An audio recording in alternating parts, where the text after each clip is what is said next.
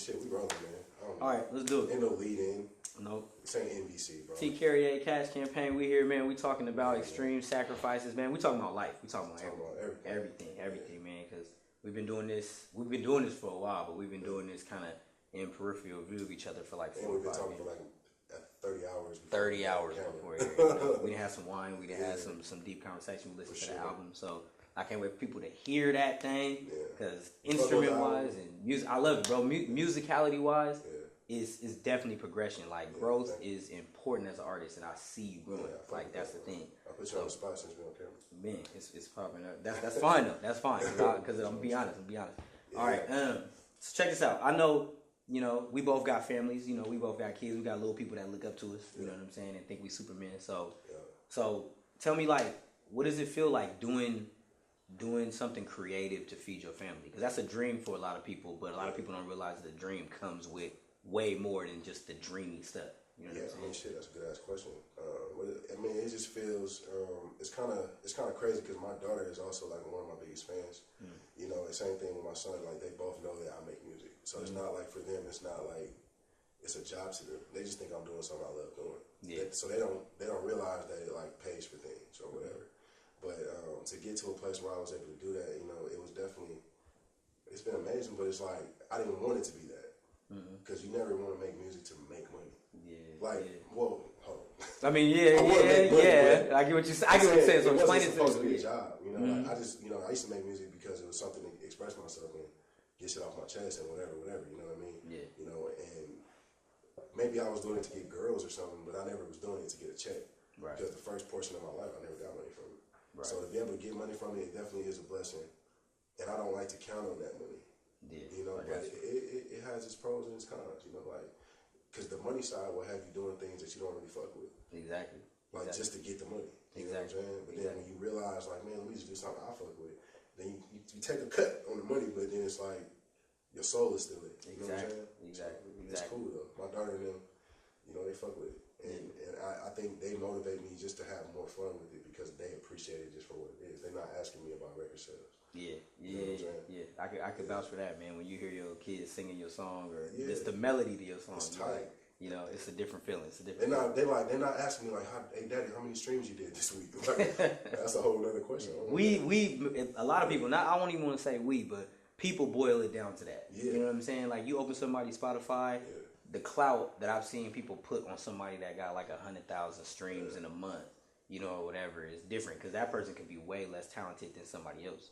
But they feel like, okay, I'll work with this person because they get 100,000 streams a month. Yeah, that's unfortunate, but you know what I'm saying? Like, we already know how that goes down. Like, these labels and shit, they figured it out, how to do the algorithms and all that. I mean, shit, I figured it out if I had to, but I think, like, going back to, like, niggas like 50 Cent, it's probably somebody else, too, but he's the most one that I remember. Like, when he started putting the energy on record sales, like, that's when the whole game started measuring that shit. Yeah, that's facts. That's true. Because, like, he made it a thing to be like, nigga, you ain't selling nothing. Nigga, I went platinum or whatever. And then after that, everybody started saying, well, nigga, I went platinum. I went gold. Like, exactly. And once it got to that, it wasn't about talent. It was about numbers. It was about hype. It was about hype. It was about numbers, man. And controversy and who could sell the most records. But a lot of the shit that was selling wasn't good. 50 Cent shit was good, though. Yeah. Oh, that was a classic album. Yeah, that shit was amazing. But I'm talking about, like, niggas like when Michael Jackson made Thriller, he wasn't thinking like, nigga, I'm beating Prince ass with this shit. Like he probably said it to his partners, but he wasn't saying it to like motherfucking like posting it on press releases and shit. You know what I'm saying? So now we focus on numbers because we are numbers. Yeah. I mean, I actually watched Quincy Jones' documentary about when he talked about making Thriller. Okay. And he was just like, they were just in a groove. They had just came off the wall. Quincy felt like he was just in his prime. Michael was in his prime.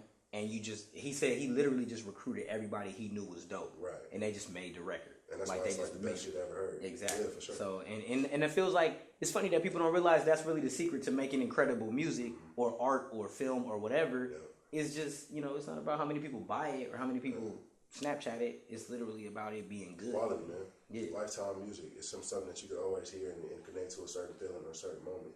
And I mean, as a rapper, it's been difficult for me to find that space because I'm always playing the numbers game because that's when I started making music. Yeah. When I started getting paid for my music, that's when it was about numbers. Yeah. So then I started thinking about how can I get on the radio?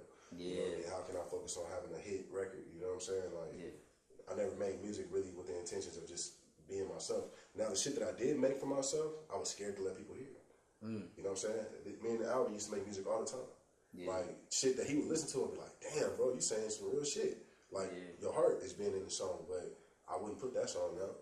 You know, I play it for my circle of friends, but I wouldn't put it out because I'd be afraid of, like, it ain't going to do nothing. Yeah, I got you. You feel what I'm saying? Exactly So, I just got to a place where now I don't care. You know what I'm saying? Like, got you. Well, it is what it is. A question. So, talking about quality, talking about songs that are not good but get played everywhere.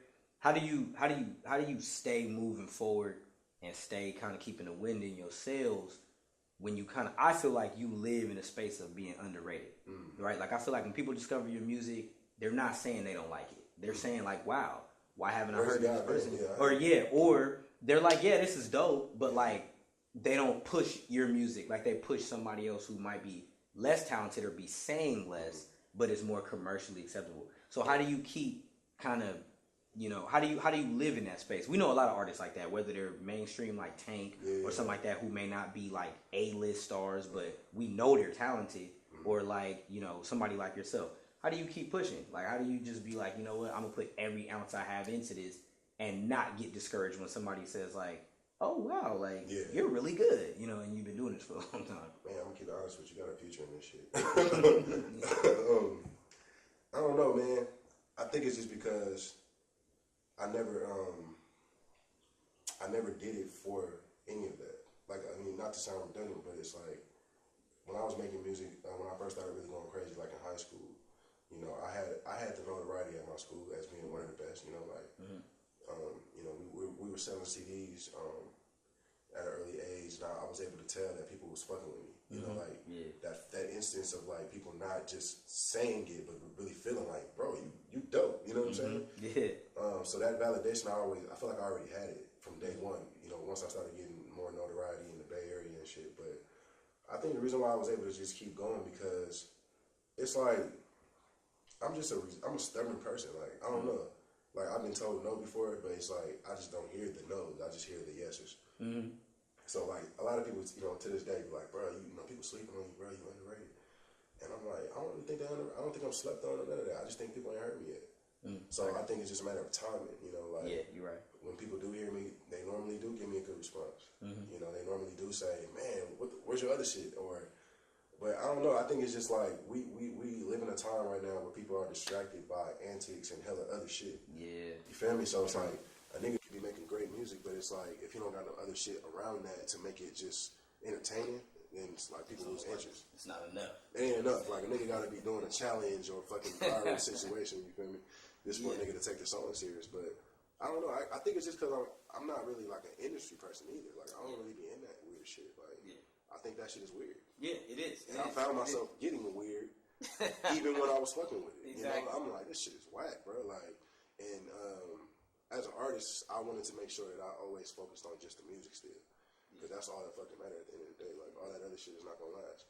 And that's why you'll see a person who even goes viral or has a big song that, you know, jumped out of the fucking charts. They have a tough time recovering after that. Yeah. You know, they have a tough time establishing an identity after that. True. You know what I'm saying? So I'm just comfortable with the fact that I'm a human being. People know who I am as a person, like, respect me. And then, you know, one of my good homies, he made an analogy, like, if a person hit a home run their first time at bat, you expect a home run every time after that. You know what I'm saying? But if you hit a couple grounders first, fly, you get out one time, you know, then when you fucking hit a home run, the whole crowd is like, nigga, finally. Exactly. Yes, nigga, because you was going. They want you because they've been waiting for you to win. Exactly. So, like, my home run is coming, and by then, everybody going to be happy for me. You know, like, I ain't tripping, man. Exactly. Yeah, I ain't tripping. So, I feel like one of the things I respect about you the most, man, and I've seen this, I've been watching interviews with you for a minute. It's a couple of people that I'm real friends with that when they do an interview, I actually sit down and watch it, pay attention to what they say, all that stuff. And what I could say, I mean, obviously we know ourselves outside of, you know, anybody else. So you might know yourself differently, but from what I've seen, you've always kind of stayed away from jumping on like a hype or like clout chasing. Let's just say clout chasing, right? I was watching an interview you did on a radio station in Hayward, you know, at a certain community college, and they was trying to bait you in. You did a song with an artist that's, you know, sold a few million, you know, and it's from the same city as you. and they was trying to bait you into being like, you got a song with that artist. Yeah. Like, you got a song on your album with that artist. Right. And you was pretty much like, yeah. And then you was like, next question.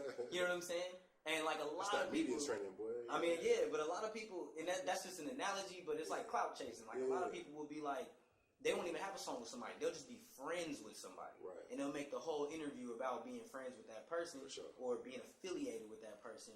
And I feel like you've never been that way. Like you've never been like, if somebody, even somebody that you're friends with, start a challenge or whatever, you don't want to be like, yeah, we're doing this.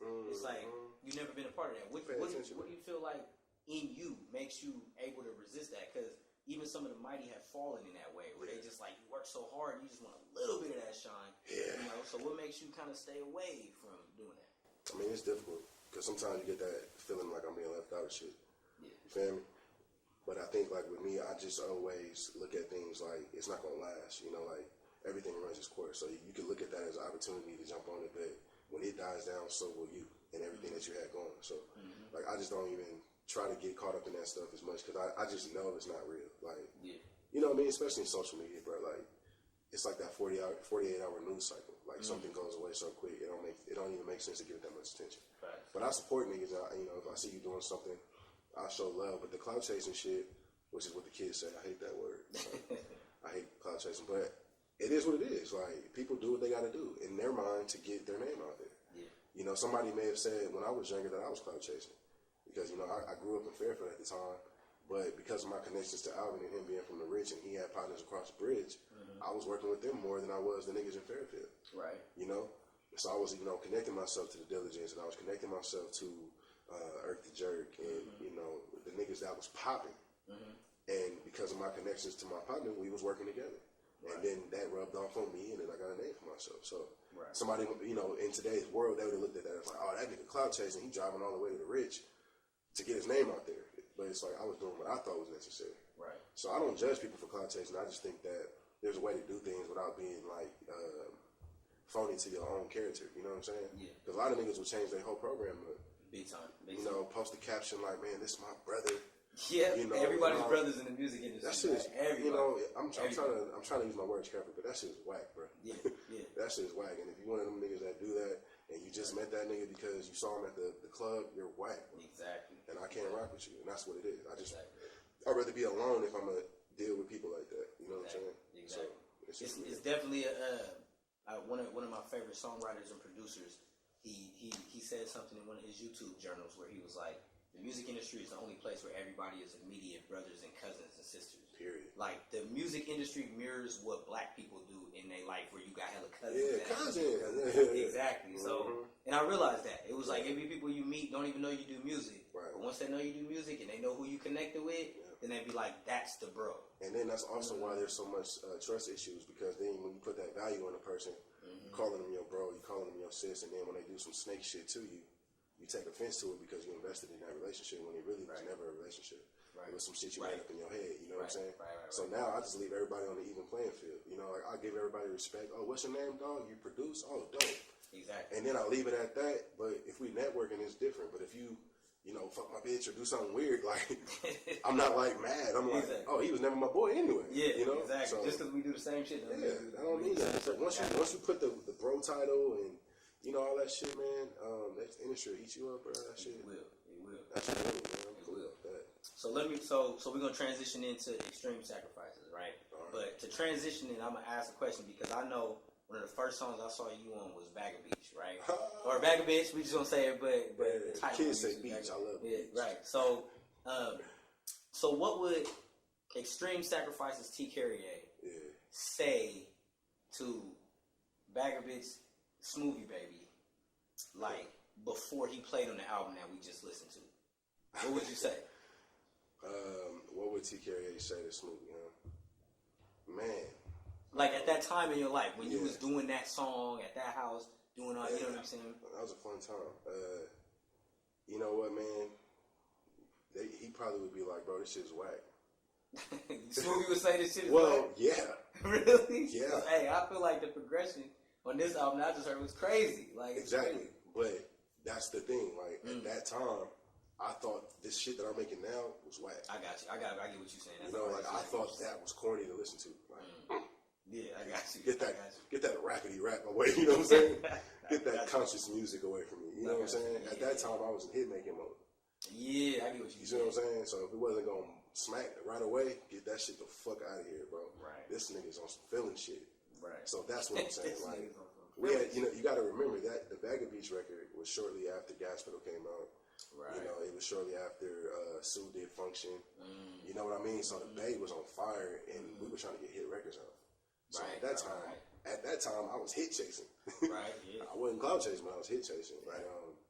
Shout out to Bag of Beats because it is one of the biggest songs I got. But yeah, I don't think I would have appreciated it.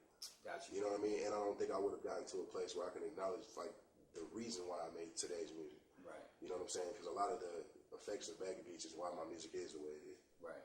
You feel me? Because it put me in some weird stages after I got successful with the drink up and all that type of shit. You know what I'm saying? Right. Changed that was a good video, by the way. Drink up was a good video. It was a good video, bro, but I got in trouble that day. You know, I got in trouble just based on my own behavior. It looked like you was getting in trouble that day. That's why I love the video, because I was like, first off, who did that? Did Brian Storm do it? Yeah, Brian Storm did that. So when I saw that video, the first thing I thought was like, yo, I gotta step my shit up. Like, because I was like, they really look like they're having a good time. Yeah, we was having fun though. Like, and that's what I'm saying. Like, it was fun shit, but it was like I wasn't being like, I wasn't creating like an artist should be creating. I was just doing rapper shit. Right, I got you. You know what I'm saying? Like, I was just enjoying the attention, and you know, and girls was doing damn near whatever just because they thought we was bigger than what we was. Right. So they was pulling up like, girl, they got drinks. Like, you know, like, they got drinks here. Come on, you know. So we was just doing rapper shit, but you know, like a lot of that shit. If I saw myself doing it, or if I saw some niggas doing that now, I would be like, oh, them niggas tripping. You know, like I think it's just a maturity thing, but you know, I don't regret none of that shit though. Right. No, of course, you got to grow to where you are now. So.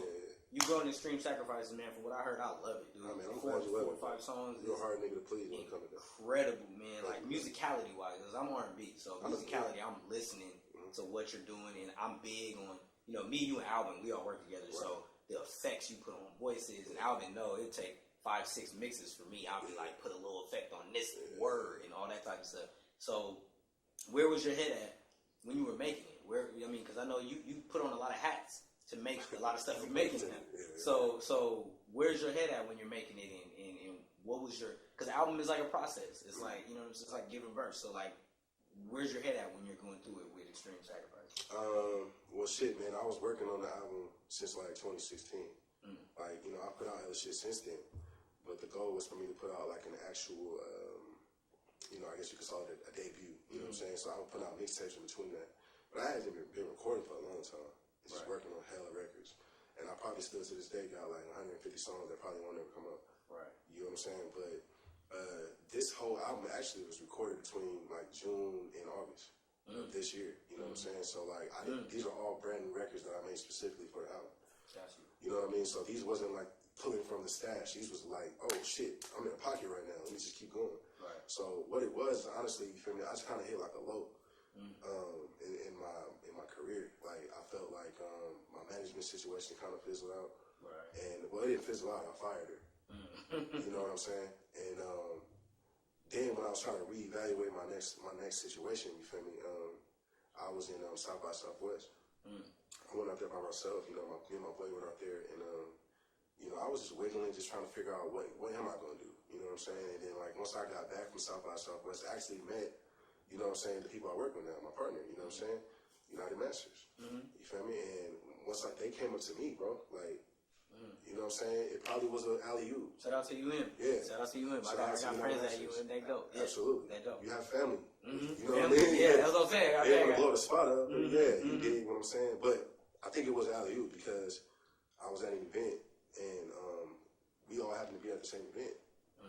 And then I was on stage with Jules and like her team, the 1 a.m. team, and we just sitting on chilling, you know what I mean? But I had the beanie on and shit, I'm vibing, and a little nigga walked up to me and was like, hey bro, you Carriér or whatever, and I was kind of like, what's up, my nigga? Nah, I didn't think it was nothing like that, but I was just kind of like, what's up? Like, am I not supposed to be on stage or something? I didn't know what he was gonna say. And he was like, nah man, here's my card, I work at United Masters, I fuck with what you got going, bro, let's do something, you know? And once we did that, I was like, all right, bet. We had a conversation when I got to California. And just listening to them talk about the focus on the music And like little shit like that, it kind of like just sparked a new energy in me. So I started going crazy. I was recording every day. And that's when I started putting out like singles. Like I put out Cheers, I put out Deion Sanders and Fallen and all these different songs. And those songs were supposed to be on the album. You know, and then I was like, man, I don't like none of that shit. Like just hella emotional ass shit. Yeah, artist mentality. Yeah, I'm like, I don't like none of that shit. So then I just started, I started producing. Right. I started making hella beats and I was downloading hella shit that I wanted to sample. Yeah, I remember that phase you went through. I got a couple songs that's gonna come out. Yeah, produced. I was just like, fuck it, I got hella shit, you know, and I was chopping up hella beats and shit. And I got a whiteboard in my album, in my studio, and I wrote like hella shit down, like little key points. You feel me? And just like stuff that I wanted to touch on and shit like that. And then once I started doing that, I'm looking at the beats, and I would name a beat after one of the emotions that connected to it. And next thing you know, I'm writing shit. I don't write like that. Yeah, I see. So once I started writing shit, I'm like, this is different. You know what I'm saying? And so I just started doing every song like back to back. You know what I'm saying? And I produced the majority of it, but then like the beats that I started getting, they fit right in and shit. And it just all was in the same space. You know what I mean? I didn't even shave. I didn't shower. I was sleeping in the studio. Me and my girl wasn't fucking. Like, I was just locked in. You was in it. Yeah, I was locked in that the whole emotional vibe. So all those songs were done at the same time. You was in it. You feel me? There's no like stash records, no vault records. They were all done at the same time. Yeah. So it was just a matter of me just staying in that moment. You feel me? And just living in that shit. Yeah. And I feel like when I see you do something, man, like I recognize the independent grind, right?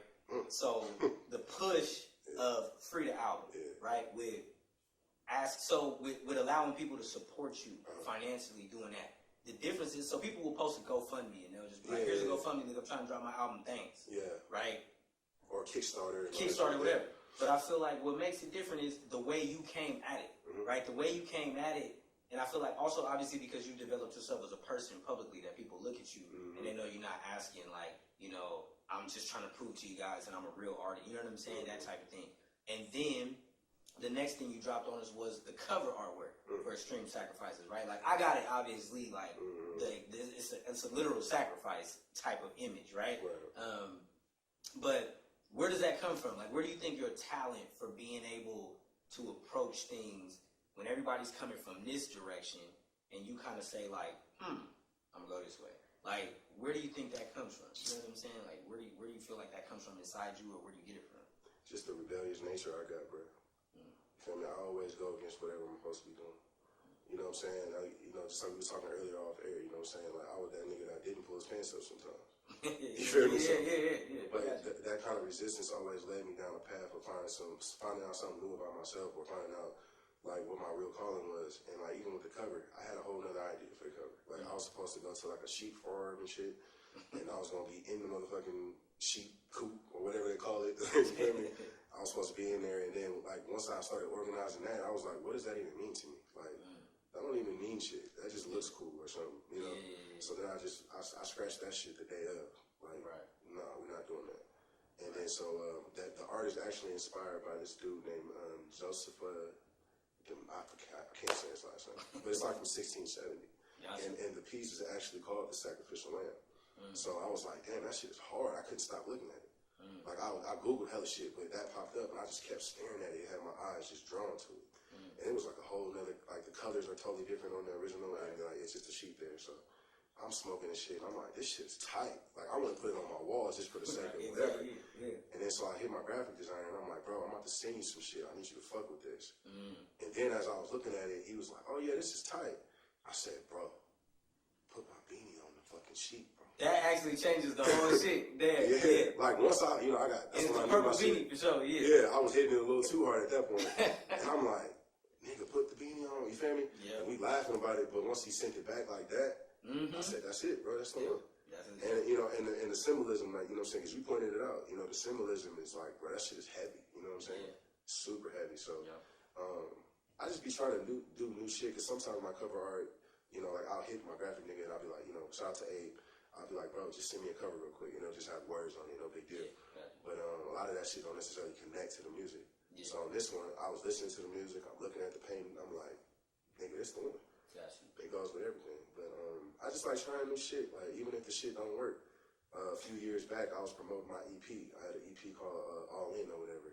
and I just started putting like the cover in like weird places and shit. You know, like I was putting. I remember you did that. You know what I'm saying? Like, I was J-Lo holding it. I remember, and I remember somebody asked you how you was doing it, and you was just like trying to app on my phone. Yeah, you was just like. But at the time, I remember you did an interview that was like, "How you doing that, Blue?" And you was just like, "Nah, because niggas gonna do it." Well, and they did do it. I know. But they started doing it for sure. They still doing shit like that now. You know, but I was doing that just because I was bored, and I didn't have no PR team. Yep. I didn't have a bunch of niggas posting my cover for me, so I was trying to find new ways to post the shit. But you know, I just be playing around with new ideas, bro. And sometimes they work, sometimes they don't. Yeah. But that was one of the ones. Like, as soon as I dropped that shit and I started seeing everybody's reaction, I was like, "Oh yeah, we got something." Yeah, it was incredible when you posted it. Before I could even comment on it, I seen like 10 people I follow. It was just like this hard, and you know, it's crazy because when you get love from people that are also artists, they give you compliments, but you notice they compliments don't be too aggressive, but they'll just be like, "Dope." Yeah. But it's like you really know what that means. They know, like, you know what I'm saying? You know, Dage is one of them people. He's an artist. Dage is you know what I'm saying? And trust me, I didn't push this cover on nobody. I wasn't sending it to nobody. I didn't even send it to you or nothing. Like, I just put it out. When that nigga hit me saying it was dope, I was like, When I seen that he said it was dope, I was like, yeah, it's dope. Because Dage ain't know where to get paid. You don't even know where to buy them shit. Yeah. So he's a graphic designer too. Yeah. So he's judging the shit from like a, you know. Yeah. So when he gave me a stamp of approval, I'm like, we doing something right, yeah. So check this out, man. I gotta ask because I seen you say this once before, but you said it again today, so I think it might be for real. Yeah. You said this off air. You said this your last project.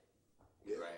I've had people ask me when you posted it one time online. I can't remember what it was, but they hit me. That people were texting me. At least 3 people were like, "Yo, this T's last project?" Yeah. And I was like, I don't know, ask him, right? But like.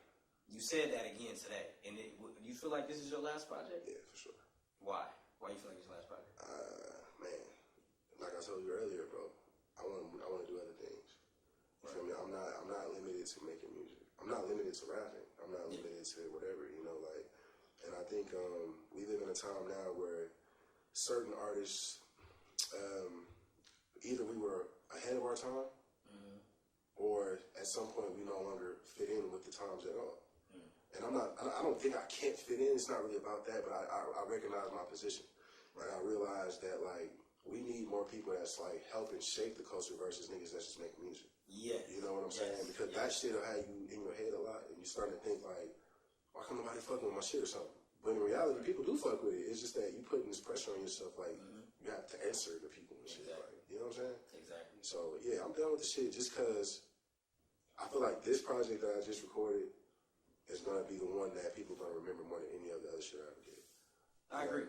I don't care if they don't feel that way, but I feel that's the response that I'm gonna get from it. Yeah. You know, I feel like this is like my college dropout or like my fucking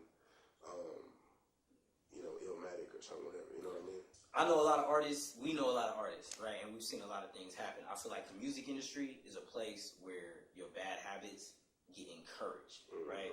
So you've been in this for a minute. You've been doing it. I know I've talked to you and Alvin. Y'all talking about since high school and y'all burning CDs, bringing them to school. How do you maneuver around or resist like the temptations in the industry, like ego stroking and clout chasing and just all that stuff. The stuff that's the rapper stuff, right? Like I'm not calling it rapper stuff because it's artist stuff. And I don't want to offend no rappers either. Right? So I mean, because I was watching like Whitney Houston little documentary last night, and there was a whole bunch of stuff they was doing that's artist stuff, right? Because you don't have to deal, the rock star life. Yeah. So how do you live with it? How do you balance it? How do you keep yourself intact? Because everybody has their own way. Yeah. But when you got clout, you could be totally wrong, and somebody will walk in a room and tell you you're totally right because you're T. Carriér. Yeah, or just not say nothing to you at all. Exactly. So how do you balance? How do you self-check, and how do you say like that's too much? Well, now I just gravitate towards my family more. Back then, when I first started making music, I wasn't fucking around with substances and shit because I was rapping. I was fucking around with the shit because I was going through shit. Right. I just so happened to be rapping while I was fucking with it. Right. Nowadays people fuck with it because they're rapping. Yeah, I got you. You know what I mean? I rap, so I'm supposed to sit lean. You know what I mean? Yeah. Stupid shit. But like I was, doing a lot of those things when it wasn't really like glamorized. It was just more so like I had access to it. I had friends and shit who had this, who had that. So I think I was living a rock star life before I ever even got popular. Cool. Yeah. You know what I mean? Like, I was always the nigga, bro. Like, whatever that is, you know what I'm saying? I played sports. I was rapping in high school, bro. By the time I was 18, 19, I was already lit. Yeah. Any girl I wanted, I was getting them. So, like, the rapper shit, I didn't think of it like that. I thought of it as just like you're a popular person. You know what I'm saying? Right. So, I got a lot of that shit out of my system early. Gotcha. You know what I mean? I would say, like, literally the past 5 years has been when I've not been that nigga. Yeah. You know what I mean? So, I mean, not the nigga like that, but, like, I haven't been fucking with drugs. I haven't been fucking with, like, you know, just, like, orgies and shit. Yeah. But niggas was doing that before we were popular. Right? Before I had a song. Yeah. You feel me? So I think that's the difference, though. A lot of dudes, they don't have access to that before they get popping, right? Like, I feel what you're saying. Like, I was the athlete. I could sing. I was doing, so it's like, when you get to a certain level, it's like, because, you know, like, somebody told me something deep. One of my boys, because I was like, yo, you probably going to get hella girls now that you got a car. Right. And my boy was like, no, I'm going to just have more access to the girls I already have because I have a car. Right, and I realized, he was like, if you don't have girls before you have a car, you're not going to have girls when you get a car. Right? Like so I feel like, that's the music industry. That's all it was. Like, if you don't have control of yourself before, then when you get famous, you're still not going to have control of yourself. Right, and that's what it was. I actually had to humble myself. Right. You know, because at 27, you feel me, I had a heart attack, bro. Wow. You feel me? Yeah, you know, and that was a wake-up call, because it's like, my nigga, I'm about to die. You know what I'm saying? Shit. Yeah, you know what I mean? And that was one of those situations where I don't know if it was from drinking and drugs or whatever, but maybe it was like a, what they call, you know, like a delayed reaction, you know what I mean? Because I wasn't really using like that, but maybe it was like the effects of it or something. Yeah. You know what I mean? Because I was chilling with my lady and we was just, you know, vibing and shit. And I started feeling like a tightening in my chest. And I'm like, damn, like, nigga ate too much Cheetos or something, you know what I mean? And then I was like, nah, this feel weird, you know? So I told my lady, I was like, yo, come lay with me real quick. And she was like, what's wrong with you? I'm like, I think I got heartburn or something. But then it's like, this whole arm right here started going cold. Yeah, that's when you And I was like, oh, this don't feel right at all, you know? And I went to school for pharmacy tech, so it was like certain things that I knew. I'm like, this shit don't feel right. And then so I was like, call the ambulance. So she called the ambulance, and then I started panicking because I felt it. Yeah. It was like my heart was just getting squeezed like that. Yeah. You know, and I was like, oh, hell no. Tell them niggas to hurry up. You know what I'm saying? Niggas start crying and shit like, bro, please don't let me die type shit. You feel me? Yeah. And then so when the ambulance and them got there, I was just kind of checking how they was moving. And they was like doing all the shit that's necessary for somebody that's having a heart attack. Right. I said, damn, I'm having a heart attack. And I asked too. I'm like, am I having a heart attack? And they was like, hey man, you're fine. You know, like they always do that to you. They be like, no, you're good, man. They were trying to distract me and shit. And then they put like nitroglycerin under my tongue and shit. No, so I was like, oh yeah, it's a wrap. They're trying to keep me from dying. Yeah. So then I got to the hospital and I started seeing niggas like, you know, say things like, man, he's so young. Like they was murmuring and shit. And I'm like, damn, nigga almost died, bro. And they tried to give me morphine while I was there. Wow. I'm like, so y'all gonna take my organs while I'm here too? Like, fuck that. You know, like, I ain't taking that morphine shit. They did give it to me, though. You know, that uses like... Nah, but I was trying to stay awake. Because I was like, they're going to kill me with this shit. Because, you know, it slow your heart rate down. Yeah, yeah. So I'm in that motherfucker, like trying to stay up while, you know, the morphine is working on me, bro. But that was a scary-ass situation. And it just kind of told me, like, you know, you got to focus more on your health and focus more on your, whatever you going through. Like, nigga, try to work through that shit and, like, talk to people and shit. Right. Instead of going to the drinking and the drugs. And I still drinking stuff, but not, like, for the abuse. Right, yeah, exactly. You know what I mean? Exactly. More just to hang out and, you know, shoot the shit, but... Yeah, why you do it is more important than that you're doing it. Yeah, absolutely. You know what I'm saying? So, but yeah, man, I'm excited for the album to drop, bro. What? The thumping? Oh, you can feel that? My bad, bro. Yeah, I'm a jerk. But yeah, man, Extreme Sacrifices, man, I'm excited for it to drop. I'm always excited when you drop projects, man. Appreciate you. Just as soon as you drop them, I hit them up. It's a few artists. When you drop them, I'm like, I need the notification so I can go buy them. Yeah. So shout out to buying albums. Like, shout out to buying albums. You know, and I made this album super affordable because I mean, by the time this is out, it's gonna be out. You feel me? I made the album like it's like $8.99 or something. Yeah. So shout out to buying albums. Yeah, people be like, I support you, and then they be like, yeah, streaming it. Yeah, streaming. I mean, streaming it. Thank you. You stream it. How you feel about streaming though? Man, streaming is you don't get no real money from it. You know what I'm saying? I mean, I feel like if you're gonna stream it, share it, add it to something, give it to somebody else. Streaming is cool. Make a Snapchat video or Instagram video, or you playing it, whatever. But I mean, you know, at the end of the day, streaming is nothing. I know I'm related to an artist that gets like over 300,000 streams a month, and you know, I know how that life doesn't change or it does. You know what I'm saying? Imagine if it was 300,000 sales. 300,000 sales for $10 a piece. And I saw that. Yeah, see what I'm saying? Like, it was only a few years ago. Yeah, I know. And I saw how you maneuvered through all of that. You know what I'm saying? So I really do feel like it's home run time for you. I feel like on this album, I've seen you say, I've heard you say deep and to the point stuff. Yeah. But on this album, I feel like what I heard just in the 5 or 6 songs we listened to was you're saying deep, vulnerable, to the point stuff, like real stuff that people can't just identify with, but they really feel like, I get what you're saying. Right, and I wasn't trying to do it for entertainment either. Exactly. Because if I was doing it for that perspective, it wouldn't work. But I wanted to get it out of my system because I listen to my catalog all the time. Mm-hmm. And I'm like, you've said a lot of shit, but there's a lot of shit that you haven't said. Mm-hmm. So if you're going to be done with this shit, say what you need to say. Gotcha. You know what I mean? Exactly. People don't know what's going on. Extreme sacrifices, bro. Extreme sacrifices, man. That's what it's all about. That's what it is. All right. That's all I got. Y'all good? That was a better interview than Brianna did after she got beat up by Chris Brown. Do not put that in. Jesus Christ. That's I forgot this shit was rolling. My bad. That's our IG teaser. Mm-hmm. Better interview than when Brianna got. Niggas. Yeah, I think you got some good content out of us today. That shit is popping. That's it. There's some truth being told and some real shit being. Yeah, that's a rap. Shit about to be popping. How long was that shit?